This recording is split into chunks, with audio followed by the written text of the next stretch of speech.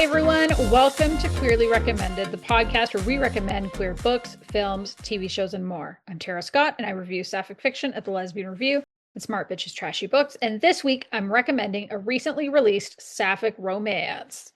And I'm Kris Bryant, a contemporary romance writer for Bold Strokes Books. And this week, I'm recommending a 2024 sapphic movie. Ooh, that sounds fun. We need it. Fun. We need it. All right, what is up with you? What's going on? Well, right now, we're about ready to get pummeled with some bad weather. So that's always interesting. I have no garage to park my awesome Subaru in. So hopefully Winnie is out there like fighting the fight. Best I can do. You can do it, Winnie. We'll know by the time this is uploaded. We'll know. Right. We'll know if she could do it or not. So what else is going on is right now in the NFL, we know that I'm a big football fan, American football. And a lot of things are happening on my team, some good things and some bad things. And I get super excited. And then all of a sudden I'm really sad because we lose like 4 players that I loved.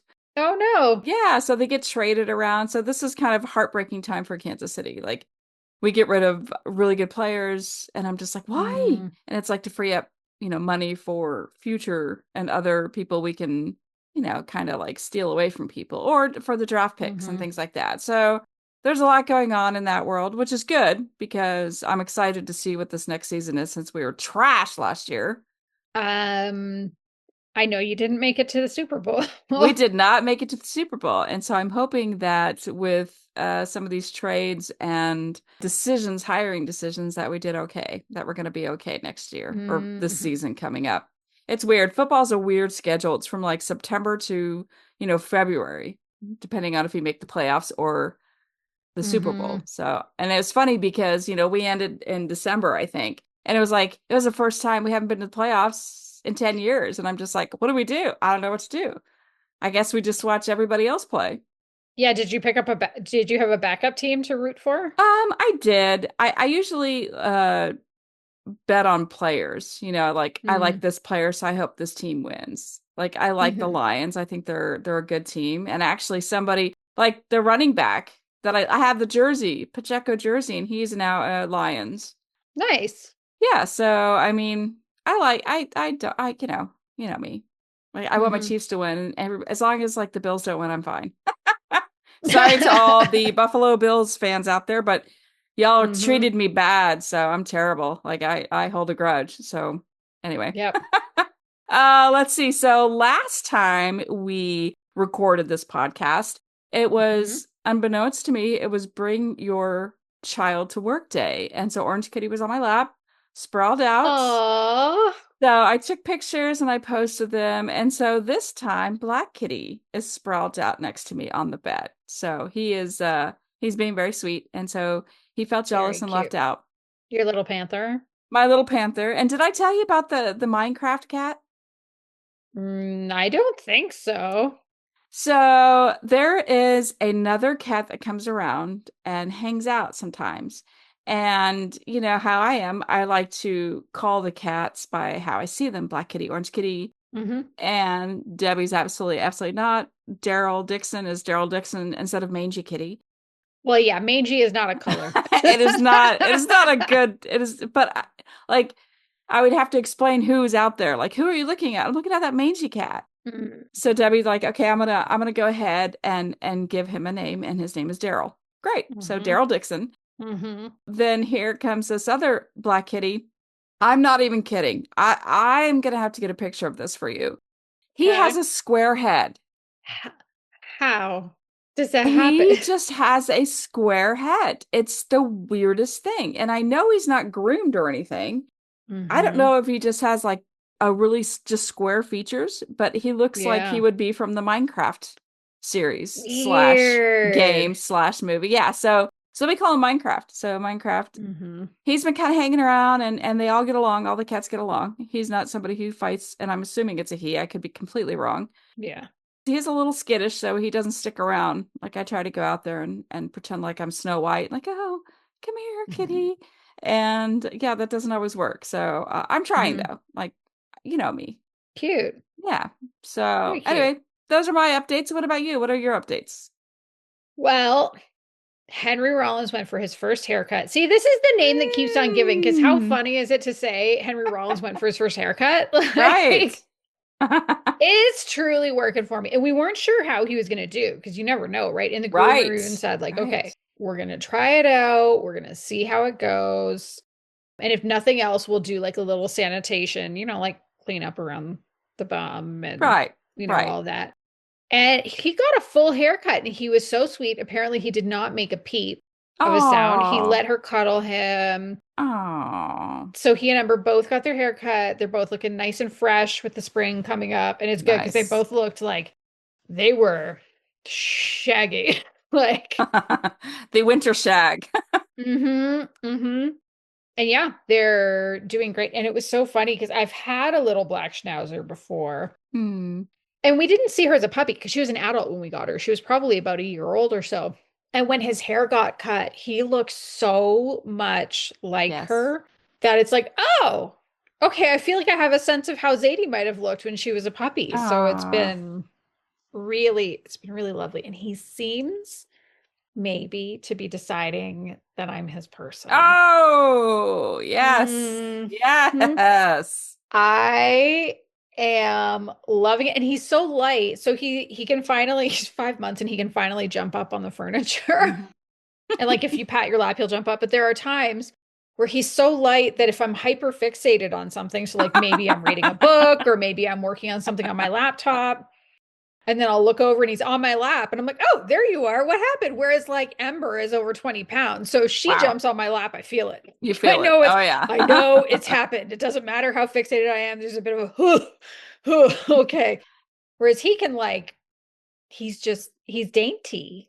He's a Hmm. dainty little 8 pounds. So that's been a nice thing.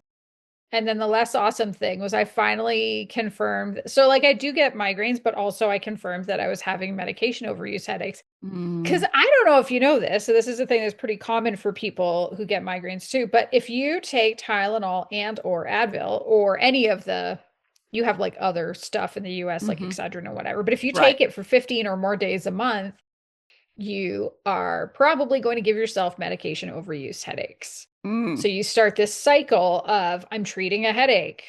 Oh no, I've been treating it too much, so I get headaches because I'm getting withdrawals from not treating Mm. these headaches. And I decided there's a lot happening at work. And last week was kind of a perfect week to say, I'm going to step back and I'm just going to like rip the band-aid off on this. I'm just going to stop taking Tylenol and Advil. And it's going to suck and we're just going to do it because then I'll have a better brain for later on when I need it Right. more. Hmm. And And it's better for your kidneys to not take them all the time. yeah, Yeah. yeah. So that's been a thing. And mostly Mm. saying it because I didn't even know that that could be a thing.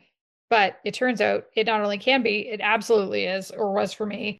And it's not been fun and it'll probably take another few weeks for a lot of the headaches to go away, but Hmm. it's at least in like it's a pretty dull place and it's getting a lot better and I'm like getting more of my energy back and Now, can you take do doctors prescribe migraine medicine for you? I mean, is that an option? yes. Yes. And do you Yeah, have it? so I already have one that I take Mm. for Okay. it's called like a rescue medication. So like if you know you're getting a migraine, you can take it and it'll kill it. Okay. And I've also asked for a preventative, but I realized so he had said like he put me on the starting dose and said after 2 weeks I could double it, but I'm gonna take another week or two before I do that because I realized like I started this process at the beginning of the second week. I don't know what my baseline is.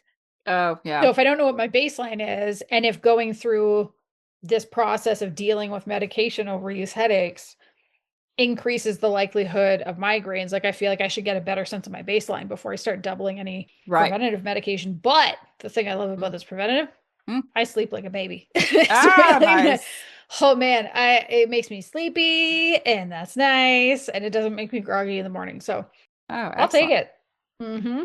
We know how important sleep is. I do. You know me Man, and the struggles I have. Woohoo! this whole like middle-aged sleep thing is absolute bullshit. I'm not into it. I don't like it. I remember like there was a family friend who was at the time probably in her 70s, and Hmm. I stayed with her. It was like a family reunion type thing, and it was up north.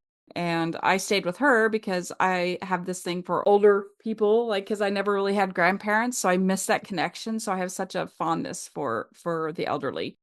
Yeah. And so I wanted to stay with her and just hang out and just, learn from her and just talk, let her talk her stories and stuff. Mm-hmm. And so I was there for the weekend and she would get up every day at 4. I'm like, why do you get up so early? And she's like, well, first of all, I'm glad I wake up. And then she said, Good point. and secondly, like just getting sleep when you're older is not really a thing. Still take Mm-hmm. little cat naps and stuff. My dad does the same thing. He takes little tiny naps but then he always says he doesn't sleep at night and he does. Like he does nothing but Oh. sleep. So he's yeah.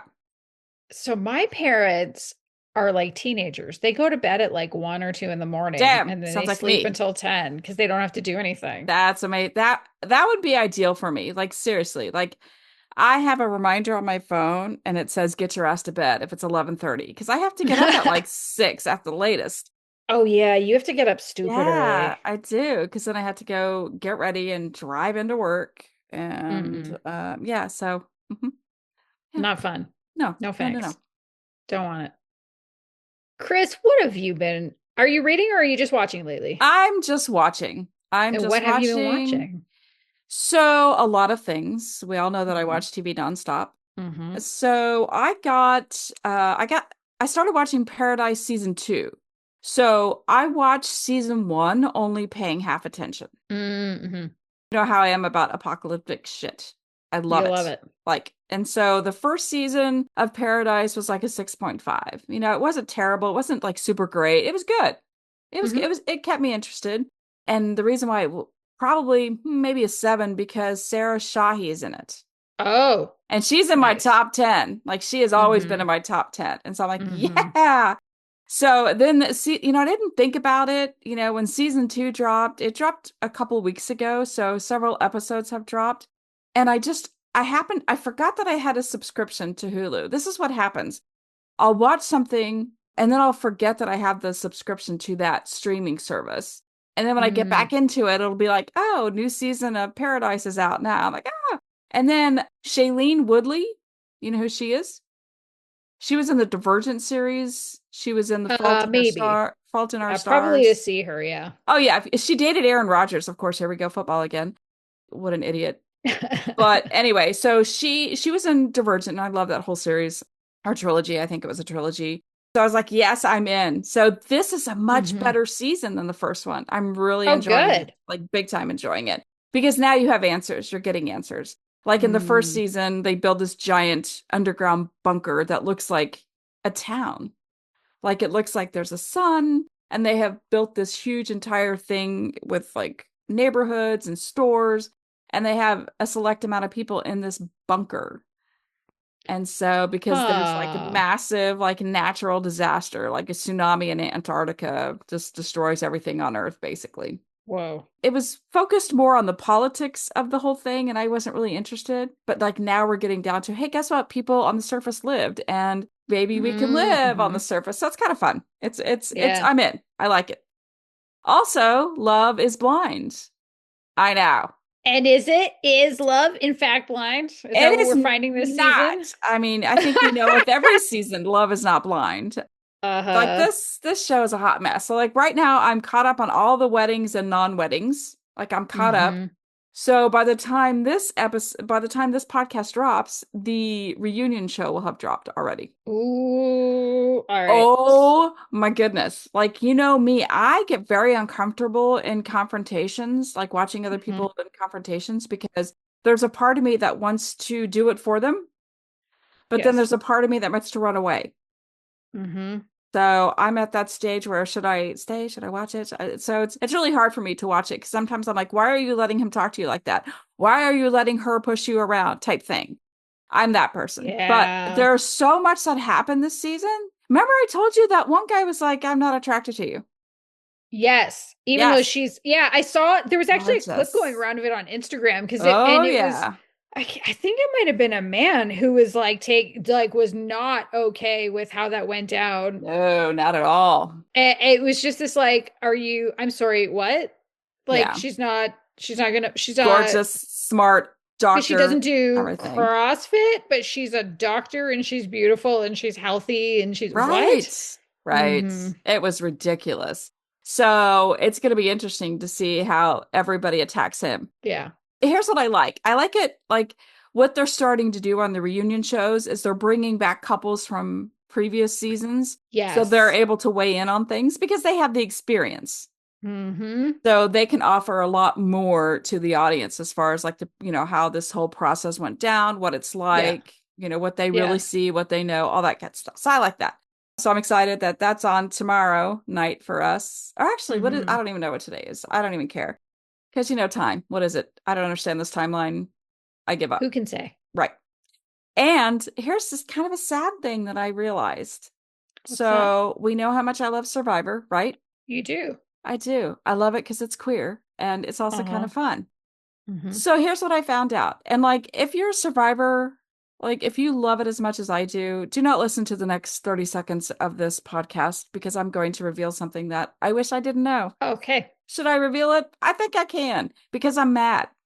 Sure. And I mean, it'll be a whole week later by the time we release the episode. So, And it has nothing to do. So here's the deal. I have found a place that mm-hmm. actually tells you who's going to be voted off and who's going to win. It tells you who's How going did, to be voted off every week, how and do then they it tells you know? the winner. And our lights just flickered. I don't know how they know. I don't know if and the reason why it's how do I okay, I'm just going to ruin it. I'm sorry. Plug your ears. But there are betting sites. Oh, yeah, of course there are. Yeah. And so I never knew that. I didn't know that because online betting hasn't been legal in Missouri until December. And so I just happened to stumble Oh. on this thing. And I'm like, well, Survivor, why would they have this? And then it says Because who's going they're to be. betting on everything they possibly That's true. can. They are. And I was like, this is weird. There's bets on politics. Yes, everything. It's like Wait, who wasn't there a story about there were some people who had insider information about Iran getting bombed and they bet on it and they playing made that got money off of the yeah, betting on it for and like sure. no accountability. Like online betting is buck fucking wild. It really is. It is. And so I'm so sad that I have discovered this. And I'm so sad because I actually called out one of my coworkers who is really Mm. involved in this and is like, "Oh, this week it's this person and this, and I'm like, "Wow, like she's really good at studying." And I'm like, "Son of a bitch, you've been cheating this whole time." I mean, it's not really cheating, but like Hmm. it's like she's in this whole like there are people out there who do like every season they have pick pick your winner and then it's by point system and if they lose Mm. this like this challenge you get this many points and it's a whole thing. There is a Survivor underworld thing that goes on with the series that I never knew about until my coworker was explaining it to me. I was happy in my little Survivor bubble, which I didn't know, I didn't What if you know. went back to it and I said that's for can't. those people and then stay out of it for you? Once, I mean, because this is how I feel. People who read the ending of a book, this is how I feel that they are. No, that's not fair. It's That's totally fair. no, Yes, I will not yes, be yes. compared to betting on a reality Finding out. show. I feel it's the No, same. So I'm gonna need our listeners to weigh in on this. Is it the same? that's rude. Because No, yeah, it is the no, same. no, it's Oh. not. Because I know that I was doing it for anxiety management reasons. I was getting But those you're still weird, yes. unsafe in my body feeling. That's not a reason for reality show shit. Well, And maybe people have also, anxiety about it. Maybe they are no. stressed that they're not going to win. I That's don't not know. why it's being posted online. That's the big difference. When you choose to read the end of a book, you're only doing it to yourself. When not you, but like when the broader you, when somebody chooses to actually post the results in advance, that's something that impacts other people. That's the difference. And that's why I will not But be you're still compared to those fine. people. You are still doing this thing. You are still seeking out this resolution. You still need to feel that safety. You still need to have that peace. I can be compared to somebody who seeks out those results, but I will Mhm. not be compared to the people who post the results Is this our because that's first fight? unfair. Is Well, this our here's the first thing. fight? If I wrote reviews Yes. where I said, Yes. and by the way, spoiler, spoiler, spoiler, spoiler, then I Right. could be compared to the people who post who's going home or who's going to win, knowing it when they have that information. That's the difference. You are so passionate about this. I am. Yes, I you am. are. Yes. I'm so sorry. Yes. So now that that's over, Mhm. Tara, what have you been reading and or watching or playing? Okay, well, I'm still playing Moonlight Island. I actually Mm. had to stop playing for a couple days because I played so much I hurt my arm. It's so stupid that I am of an age where you could hurt yourself playing Playing a video game. games. I love it. I hate it. I actually, it's funny, the guy who Michael Hobbs, he's on two of my favorite podcasts, Maintenance Phase and If Books Could Kill. He ended up giving himself carpal tunnel playing one of the Zelda games a couple of years ago.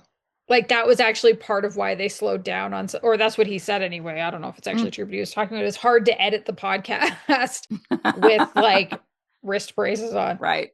This is where it turns out it was all just a joke, and I fell for it. I don't know. But yeah, Moonstone Island. Yeah. It's very cute. It's very cozy. I'm really Nice. enjoying it. It's probably going to take a while for me to finish. But the thing that's nice too is that like you play like every I would say probably every 15 minutes or so. I don't know the exact interval, but like every roughly 15 minutes is a day in the game. So it can also be easier to put down in that sense. If you have better impulse control than me, you could pick it up and say, I'm going to play for a day. That just hasn't occurred to me yet. So maybe I will. But I'm still watching the drag races. UK versus the world is nearly done. They're down to the Ooh. final 5. I'm enjoying it very, very much. I still don't actually know who's going to win. I think it's between the remaining queen from the UK and the queen from Thailand, but you never know. Like some of the others, like the queen from Germany is still doing like Nice. yeah, they're doing quite well, but next week is the makeover challenge, which is actually always my favorite. They do Always my like that. favorite. I love it. Like some seasons they'll make over family members. Sometimes they've done all kinds. They've done teachers before. They've done different They did a types of cast. pastor. Wasn't one a No, pastor? no, no. That's a different show. Oh, okay. That's the show we're here. And yes, a pastor was made up for that, but they're going to be doing Olympic athletes this Oh, I time, like which I think is that. fun. Yeah, I think that's going to be really I fun. like that. And then season 8, Drag Race season, no, not 8, 18, season 18 is also going very well. I'm really enjoying that. Nice. They're down to the final 7. And it's interesting because it's also, again, it's a blend of like queens I definitely thought would be there and a few that I'm like, how are you still here? That's, okay. So, which makes me wonder, like, I think I know who the top 4 will be, but I don't actually know because if you had told me certain queens would still be here at this point, I would have lost that bet. I would like to say that if you really wanted to know, you could probably find it on online betting. I'm just saying. You are probably correct, and I don't want to know, and so I I'm not hate going to that. look it up. Yes, no, please don't. I'm not either. Not doing it. Nope. Speaking of Drag Race queens, so Trixie Mattel and Katya, I can't pronounce that long ass name, but Trixie and Katya, who do like a bunch of things together, podcasts and shows and whatever. So they have a YouTube show called I Like to Watch. It's a show they're employed by Netflix to like watch and react to Netflix shows. And they recently dropped an episode of them reacting to The Boyfriend season 2. Oh, Neil and I watched it the other day. It's very funny. We really enjoyed it. And it was interesting watching them watch a show that's actually like quite wholesome. Because some of my favorite reaction ones are for them talking about all the dating shows, like The Perfect Match and Love is Blind and all. I hope they do one for the new Love is Blind season. Oh, I hope so too. But this one was it was so good. And it was interesting because this season of The Boyfriend also talks a lot about the concept of coming out. Like in some ways, and they talk about this a little bit too. Like it seems like from what the show is saying, in some ways, it's harder to come out in Japan than it might be in, the US and Canada. And I think it's worth acknowledging. It's still hard in a lot of families to come out now, especially if you have a super religious family. But in this case, it didn't seem to be driven by religion as much as like the culture itself. So like as a cultural norm, it seems like it's being presented as a little behind like North America, the UK, some other places like that. And it was interesting to see, like, there was, some of the men saying, I've never come out. There were some saying, I want to. There's some saying they don't Wow. want to. And in one case, there's this really beautiful conversation between one of the men and his mom comes to visit. And she's clearly like very supportive, very loving. And it was interesting watching Trixie and Katya react to that too, because Aw. they got emotional seeing, like, this mother said the most wonderful thing where she said, I was only upset when you came out because I thought about how long you had struggled with that by Oh, yourself. that's Which very I just sweet. thought, like, how beautiful Hmm. was that? So yeah, Hmm. recommend that. That's super fun. And okay, last time I said I've been reading a lot of Devil Wears Prada fiction, Hmm. fanfic. I haven't given up on it, although I have read a book for this episode that I will be recommending. But there were a couple that I read and I enjoyed them enough that I thought I would just mention them in case anybody Yeah. is looking. If the premises sound interesting, I'm not going to get a lot into them because I don't remember enough of the details and it doesn't really matter. Right. But the first one is called And I Fell Heavy Into Your Arms by Libstar. The setup for this one is Andy has already left Runway. She's not working there anymore. She has a daughter who's, I think, like a few years old. She's with her at the zoo one day and runs into Miranda and the twins, and they spend the rest of the day together. And then Mm. maybe they spend some other days together. Ooh. And then a romance happens from there. It's Mm. really lovely. And then there's a bunch of other, like, if you look on AO3, it's not set up as like they have a thing set up where stories that all kind of exist together, like maybe they're separate stories, but they're all like, oh, this is part one of this series and part two of this series. It's not set up like that, unfortunately, but if you look at the author's name, you can find the other stories Mm. that are Yeah. adjacent to this. And the other one, I read this yesterday or the day before, but it's called What's in a Name by In Betweens. And it's, I forgot, sorry, I forgot to say the other one is 56,000 words. So if you want something that takes a little bit longer to read, that's kind of a nice short novel length. This one is only 18,000 words, so you can Mm. read it a lot faster, but it's called What's in a Name by In Betweens. And it's a soulmate one where the idea is that, like, the name of your soulmate shows up kind of like a tattoo on your Oh. wrist. And Hmm. you can have relationships with other people, but What? yeah, so Miranda knows, like, she's known all along. She's had the name Andrea on her wrist, and then when Andy starts to work there, and it's interesting because it's all told from That's Miranda's cool. perspective. It's all Hmm. like there's not a lot of dialogue because it's like deep into her perspective and her psyche and like what's happening, but it follows the structure of the film and then goes past that. Hmm. I liked it. It's very emotional, and I don't want to spoil anything else, Okay, don't spoil but it, but read it's it. a fun one. It's a fun one. Nice. All right, Kris, it's that time. What Yes. is your official recommendation? So my official recommendation is a sweet sapphic movie from 2024 called The Holiday Club. That's a cute name. It is. It really is. And we'll get into that. It's actually really cute how this name comes about. Mm. So I can't tell you, and I'm sure everybody knows how much I need sweet, low angst, like B Hmm. movies right now. Like Hmm. I need it to be sapphic, cozy, feel good. Like my bar is both extremely high and low right now for You're entertainment. ready to go start watching Hallmark Christmas movies. I am almost at that point for sure. Hmm. So Hmm. so the Holiday Club follows two friends' growing relationship over the course of a year in holidays. Cute. One of the characters, her name is Sam, and she's new to the area. And I believe that this is filmed in Ohio, but it's not really called out. It's a super cute, Hallmarky type town, very Hmm. small cast. And so she meets Bailey, who just happens to also live next door. I mean, of course, Yay. because it's Valentine's Day and Sam has ordered a shit ton of baked goods. Bailey runs a bakery, Hmm. right? So Hmm. she runs a Hmm. bakery and Sam happens to be the last stop in her delivery for the day. So Sam is anti-holidays and her tradition of hating Valentine's Day includes watching the movie Fight Club and eating a bunch of sweet food. Like that is her thing. Hmm. So Bailey, so this part is like, okay, they have a cute little exchange as she gives her stuff and Sam's like, why don't you come in, because there's a whole conversation about how Sam doesn't like cinnamon. I'm like, how can she not like cinnamon? And Bailey was the same way, how could she not like cinnamon?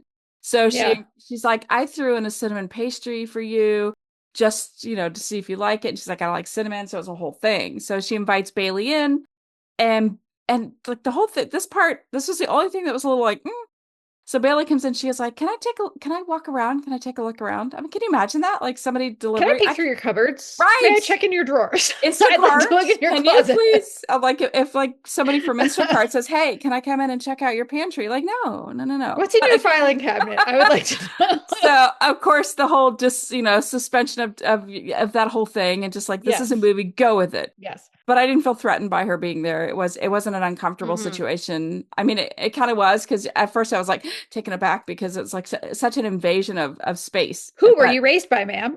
right, like we don't. Yeah, it Definitely was not my mother. right. Yep. So eventually they become friends, and you can tell that they're kind of into each other.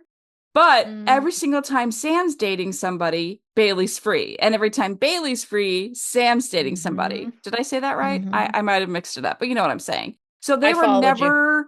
they were never like single at the same time. And there was always this still chemistry. Like, and they had really cute chemistry. It was cute. They would Mm-hmm. like have a movie night and like Bailey would paint Sam's nails.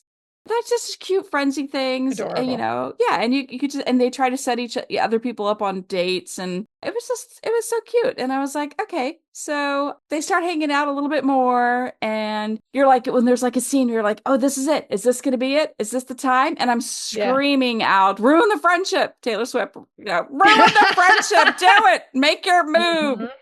And Mm-hmm. I can tell you, yes. sometimes it works out. Yeah, sometimes it does. And so, like, every time they don't, like, you're just kind of like your shoulder slump. You're like, oh, that was a perfect opportunity to, like, make your move or do Yeah. something. And they don't like the holidays, Sam especially, because I think deep down, she doesn't like to be alone and she doesn't like to not have somebody. It's one Oh, of those deals. And so the holidays are so much better when you share it with somebody you love, obviously, every holiday. And it yep. starts and ends on Valentine's Day. How cute is Cute. that? So Mm-hmm. Bailey, like first of all, this is a very light cast, and I did not know. I thought maybe it was a COVID movie, but then I thought, oh, maybe they only have Oh. $10,000 budget type movie. I think Mm-hmm. it's a Tello movie. Yeah. And I was like, at this point, like there's a lot of stuff out there. They do have a lot of queer stuff, but I really wanted sapphic. I just needed to have that right now. Mm-hmm. Like that is what I needed. So Bailey happens to Yeah. also be the director of this movie. Oh, Right. cool. And what I thought was cool is Sam is a she, they, like pronouns she, they. And Mm-hmm. Bailey did everything to put it in the movie, like the proper ways to use she, they. And it was very cool. I love that. It's a good learning experience without like being a learning experience. Like I caught on to it. At Yeah. first I was like, oh, okay. So it's really cool. So Mm-hmm. I good job. Alexandra is actually Bailey's real name. Like the character is Bailey, There you go. Alexandra. Good job. Yeah, yeah. Like both characters, they're likable. I would date both, honestly. I Mm-hmm. thought both were very great characters, and there's an element of sadness to them, but I think that's the whole Mm-hmm. idea. Of course, Yep. when you're single and you Yep. want to be with somebody, but you're dating other people, and you're just kind of sad about the whole thing. But they are Mm-hmm. each a half of something greater, and it takes them the whole year to realize it. So it's kind of cute. You go through all the holidays with them. And so then you see like future holidays, and they are just like living it up, and it's just Aw. wonderful. It's just so sweet and so sincere. And this isn't a movie that won awards or anything like that, but I always celebrate queer movies. I'll take them. Like, give it to me. Absolutely. So nobody's going to win 1,000 awards, but I always celebrate queer movies. Throw some lesbians in, and I'm there. I mean, why not? Mm-hmm. We need more. Like I said earlier, the budget, it was a small budget, but I don't care if it's $10,000, if it's a $10 million, I'm going to watch it. I think Yeah. like I'm going to let you all know if I think it's something that's worth watching. And for as light as this was, I still think it's worth it. I mean, if you like Hallmark movies Mm-hmm. and you're into sapphic, you're into queer, and you like holidays, and it's nice that it wasn't a Christmas movie. It talks about Christmas, but Yes. going from Valentine's Day to Valentine's Day. I thought it was perfect. I like it. So that is my official recommendation for this podcast. What is yours, Tara? Tell us. All right. So mine is the latest. Listen, I haven't made a secret on this podcast of how Gun Brooke is one of my For sure. favorites. She just is because she was one of the first, like, Course of Action was one of the first sapphic romances I ever read. And so when Nice. she has a new one, I always look at the premise and say, okay, yeah, probably this one. Like I usually give them a try. I am not nearly caught up with her sci-fi ones. I tend to prefer her contemporary. So I was happy to see that she released another contemporary romance. Nice. So this one is called The Love Book. Hmm. So this one goes back and forth in perspectives between the two leads. So we have Verity Holden. She works as an assistant to Rowan Cross, who is our other lead. Rowan is this like she's an ice queen, but Mm. she is the head of a literary agency, very good at her job, very good at spotting early talent. And again, it's if she's like the head of the agency, like not only is she representing people, but she's running a whole Right. business and Rowan needs her assistants to be great. And unfortunately, Verity's not great at her job. And I think a lot of that comes down to like two things. Verity's in love with her boss. Oh. She just is. And Mm. so the book starts Mm. there. So there's not this like for her, she doesn't have to like build up the attraction and the feelings. She already has them. And B, I think that gives her anxiety. And so she shows up poorly, like she's afraid to screw up. And so much of it comes from this, like, I have all these feelings and I don't know what to do with them. And she's also had aspirations for years to be an author. So getting to work in this Oh literary yeah. agency, Dream. right? But she's had this problem of starting projects and not finishing them and Mm. starting projects and not finishing them and getting up to about 20,000 words and it ends up in the literal or digital shelf and like what am I going to do with this? And so one day and she knows that she's not doing great and she knows that she's probably going to be fired and it's when you're kind of at that point.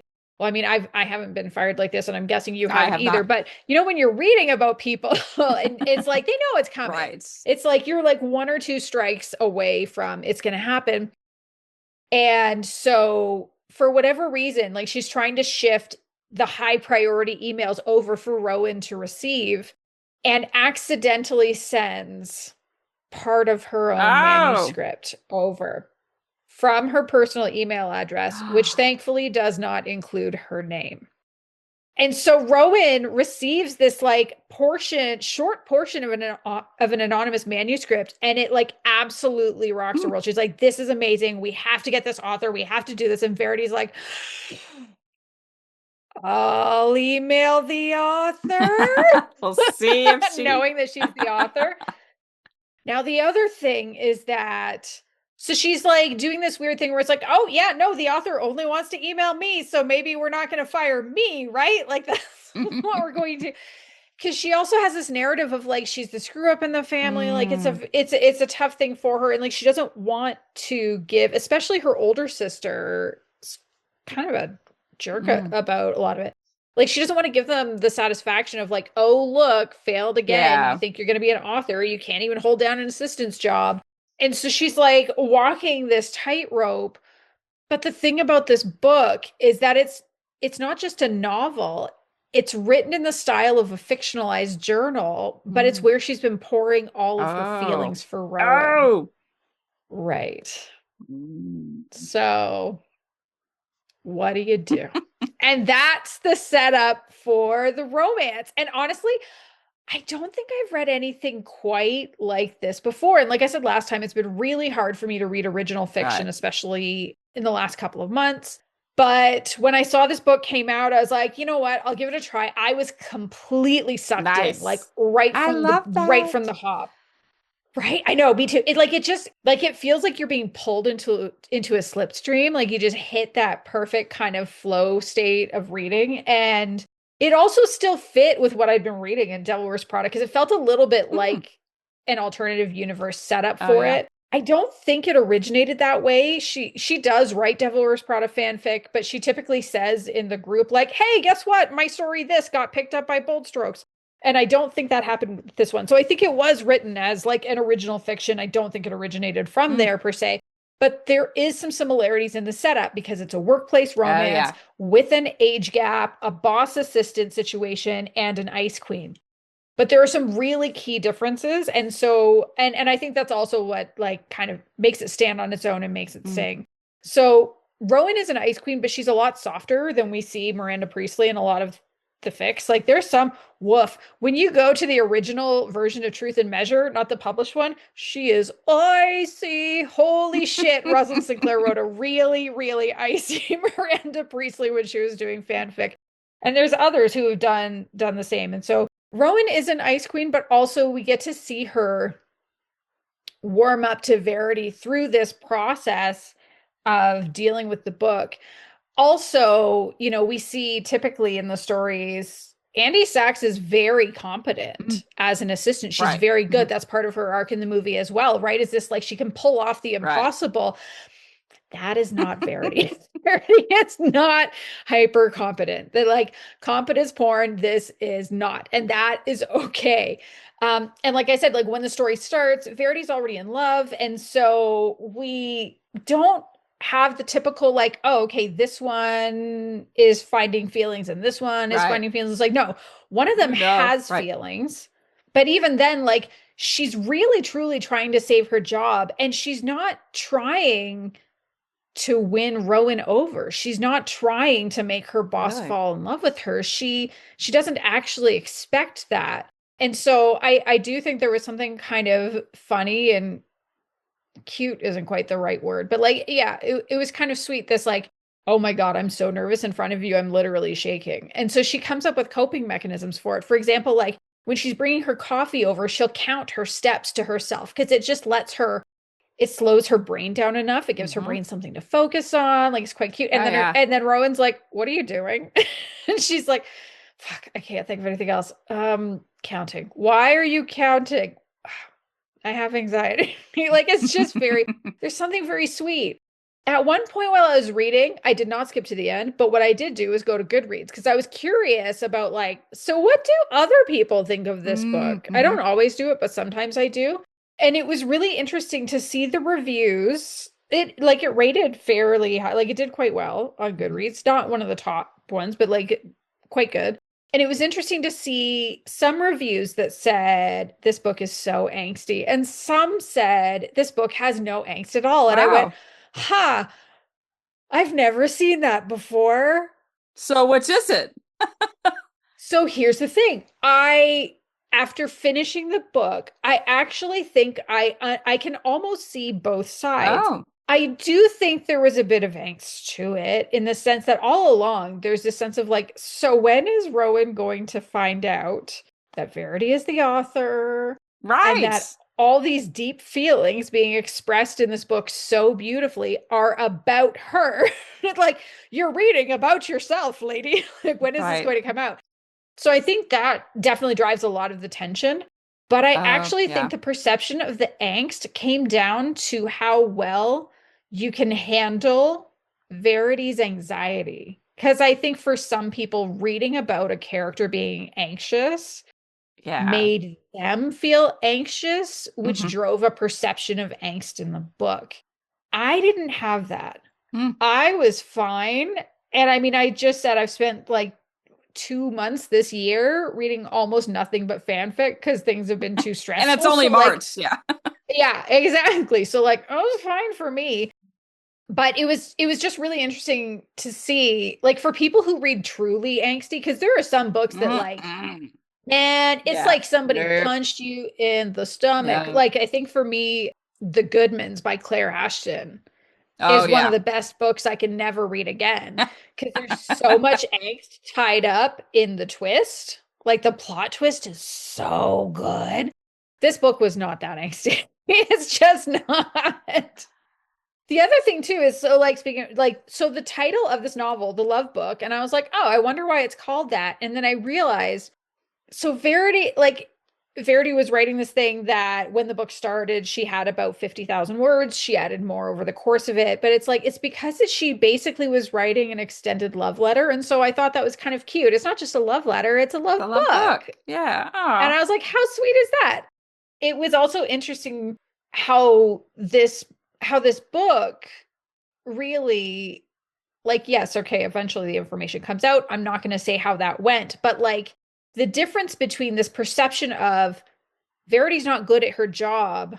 Look at how good this author is at writing. Yeah. Look at her masterful craft of the writing. And I think it's really what really supports that perception for the reader is we don't get the full book, of course, because that would require a whole other book that's nothing but her feelings for her boss. But we get good chunks of it. Like we get passages of it that we get to read. And also interesting is sometimes it's Rowan reading it to herself. But sometimes, because Rowan doesn't know who the author is, she knows that the author is only talking to Verity. Sometimes she makes Verity read it out loud to her. Oh my goodness. I know, right? They also have, they have these like very different personalities. So I liked that juxtaposition between them. Rowan is very serious. She's driven. She's very professional. Verity's she's really warm. She's creative. She loves to wear bright colors. But even then they have like this one thing in common, which is that both of them have bad relationships with their families. So, there is a lot I will say the one, like, you're either going to get into it or not. There's a lot that's going on with this book. So, there's those family dynamics that impact how they show up. There's also stuff that's, more fun than that. Verity has a parrot whose name is Horatio. Who I didn't know that I would fall in love with a parrot in a book, but here we are. Yay. There is a situation where they have to take in these newborn puppies just for like a day. It was wild. Like they are newborn, but to prevent them from being euthanized, they had to take them in until a foster family could be found.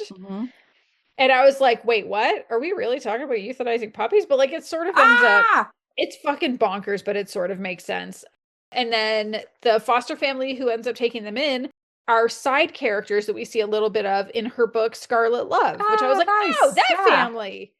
That was also part of why I looked it up on Goodreads, because I was like, are there too many things happening in this book? And then I really sat back and considered it because there are, like I said, there are a lot of elements there going on, but also I don't think it mattered to me because I really enjoyed it. I had a great time reading it. And I also read the whole thing in less than 24 hours. Wow. So like, yes, there are a lot of elements, but I think they all actually ended up making sense. Yeah, it's called The Love Book by Gun Brooke. I had a great time reading it. Very sweet, tons of feelings. And honestly, even just that whole dynamic between the two of them and it was beautiful. That's my recommendation. Nice. That is all for this episode. Thank you to everyone who is listening. If you have a friend who you think would be interested in anything we talked about today, please, send a link to them or tell them about this show. And if you want to support us, we do have a link in our show notes to our coffee. Nice. Or if you want to connect with us on your favorite social media sites, we have links in the show notes for that as well. Or you can just text us. Can you text us? No, but you can email us. Some people can text us. Some people can text us. You know who you know us. If you already have our number, you may text us. Otherwise, you can find us on social media sites and message us there. Right. Or you can just email us at podcast@queerlyrecommended.com. Goodbye, everyone. Goodbye.